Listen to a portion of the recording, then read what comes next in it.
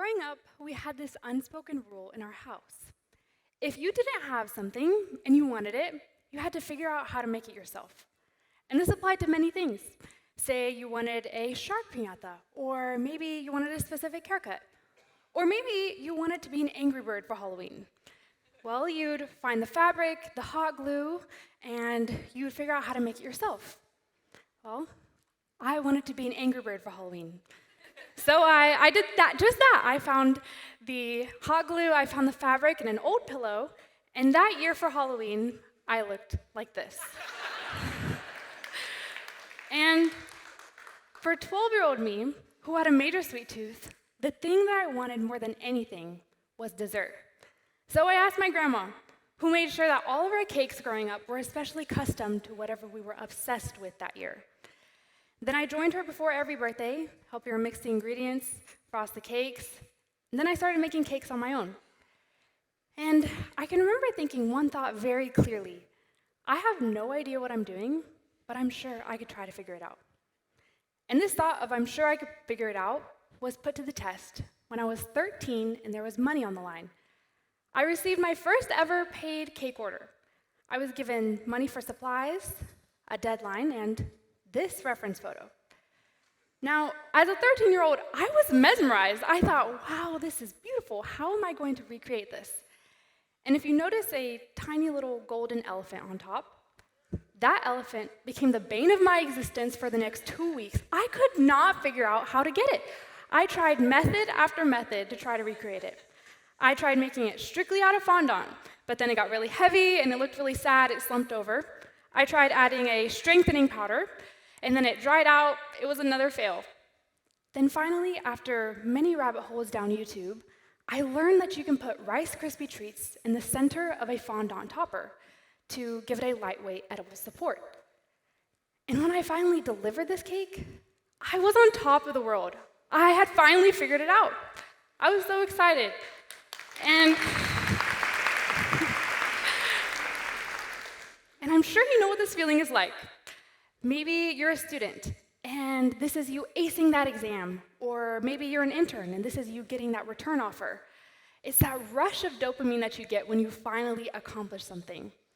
In fact, it was because of this feeling that after this cake, I took on every single cake order that came my way. And little did I know that this simple thought of, I'm sure I could figure it out, would lead me to creating hundreds of cakes for all sorts of occasions, weddings, birthdays, quinceañeras, get me over 20,000 followers on social media, get me into my dream university, and land me right here on a stage that I really thought existed through a screen. But figuring it out is never an easy process. With each order that came my way, came an entirely new way to possibly fail. And believe me, I failed pretty creatively. As an example, I present to you the worst spelling mistake I have ever made. So it probably won't take you long to realize that there's a letter missing in this Godzilla cake. Story here is I finished the cake correctly spelled, placed it in the fridge, only for there to be a problem with the temperature of the fridge, so the decoration started to slightly melt. I had to redo it at 3 a.m., and in the process, I made a third-grade spelling mistake. But thankfully, the client was 6, so I don't think they could really tell. But somewhere along the way, that itch to create started to change. After this experience, it was humbling, but I kept on going. Now, that itch to create did start to change when I took on more orders, and the more followers I gained, the more pressure quietly started to creep into the work that I was doing. As I raised my prices, suddenly it wasn't about just the excitement of figuring something out, and it became about delivering something that was worth every dollar the client had paid me. I had fallen victim to perfectionism. Now, what is this perfectionism that gets in the way of so much of our excitement to learn? To me, perfectionism sounds like that little voice in your head that whispers, I'm not doing enough. If this sounds familiar to you, congratulations, you're probably a perfectionist too. Symptoms may include crying after getting an A-, a 5-page resume, and chronic procrastination because in your mind, there's always something that could be made just a little bit better. It was this pressure to be perfect that began to slowly suffocate the very thing that had started all of this. Now, if you scroll through my Instagram feed right now, you'll see that my most recent post was over a year ago. My perfectionist tendencies, the same ones that were responsible for many of my creations, began to paralyze me. And I have some unfortunate news for us. This is a lifelong condition. And unfortunately, I don't have the cure yet. But I've learned from some pretty incredible people with how to live with it. And the first step is to identify where that pressure is coming from. Now, I'm usually one to admire social media for the doors it can open for somebody. I mean, people started to really take me serious after 20,000 followers. But as I watched it decrease to 19 and 18, as I got busy with school and busy with life, it became another source of anxiety. There was this fear of failing that began to outweigh my excitement to try. And that's when I realized that this learning mindset that has taken me so very far can't exist under this pressure to be perfect. And this sentiment had actually emerged even before I started my cake business. So, you see, I'm the oldest in my family, which means I come to take on many firsts. I'm the first in my family to get into the University of Texas at Austin, which I was not an auto-admit student, so this was a dream come true. And here's the thing, in my family, you don't really leave home. So being the first to leave San Antonio for college was a huge deal. And my family was really scared for me because 11 years before, I was homeschooled. So I was homeschooled for 11 years beforehand, and they were really terrified for this first.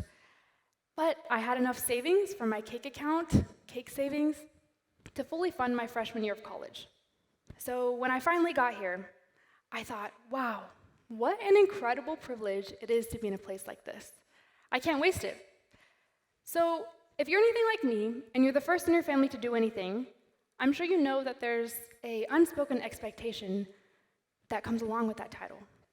And as students, I think we look around and we see everyone, and it looks like they have it figured out. They have an org for everything. They have their social, service, career org. They're taking 18 hours in their Google Calendars, this crazy game of Tetris. And chances are, this pressure to succeed has either left you with this compulsion to always be doing something or completely burnt out. So I want to ask you to take a moment right now and think, where in your life do you feel the most pressure to be perfect? And see if you can name that source. Now that you have an idea of where this perfection is coming from, what are you going to do about it? How do you fix this? Well, I want you to picture this. You have an upcoming exam, and you are about to fail it. What's running through your mind? If I fail this exam, I'm going to feel terrible after this because there goes my GPA, and, well, there goes all my dreams of law, med, grad school. Well, this hypothetical was me a couple months ago. But then I had a conversation with a friend, and she told me, Reese, right now you're expecting this feeling to be so bad. But what if I told you that in 5 days, you're going to feel back to normal? I thought she was crazy. I thought, no, this is going to feel terrible for much longer than that. And she said, no, Reese, it's true. There's this thing called impact bias.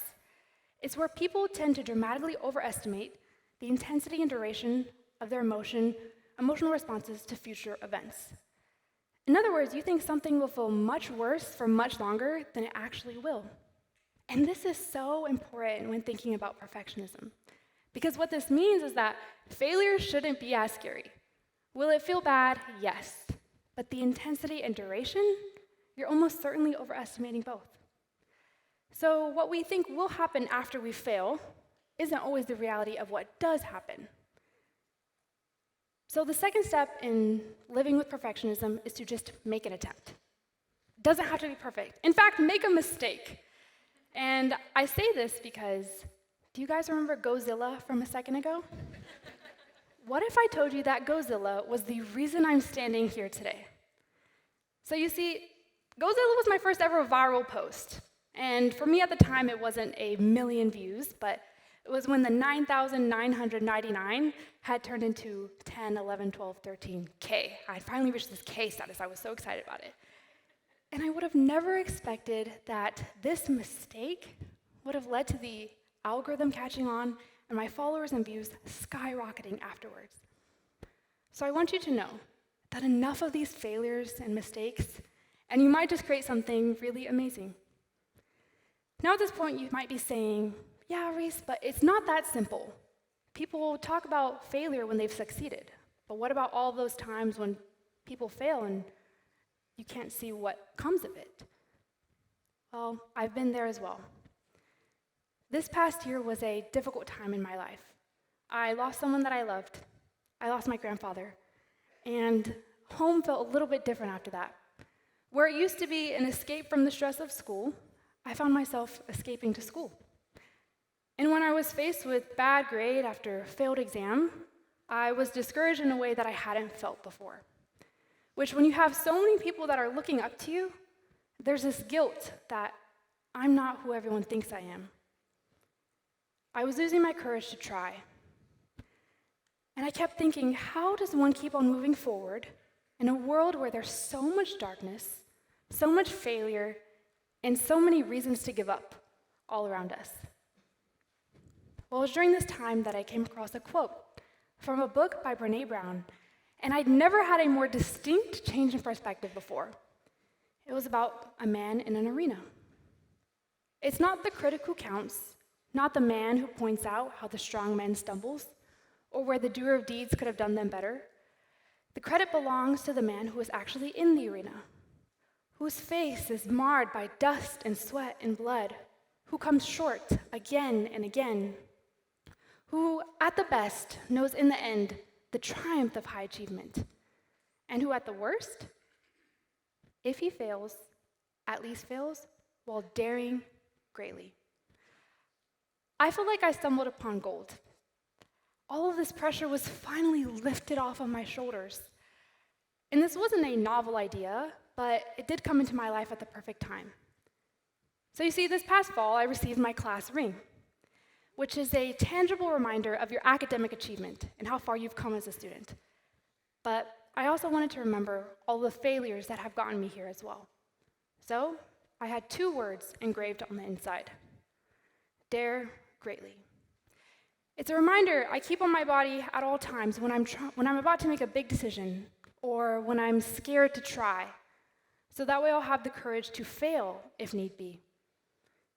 So I want you to remember that when living with perfectionism, you have to have reminders in your life.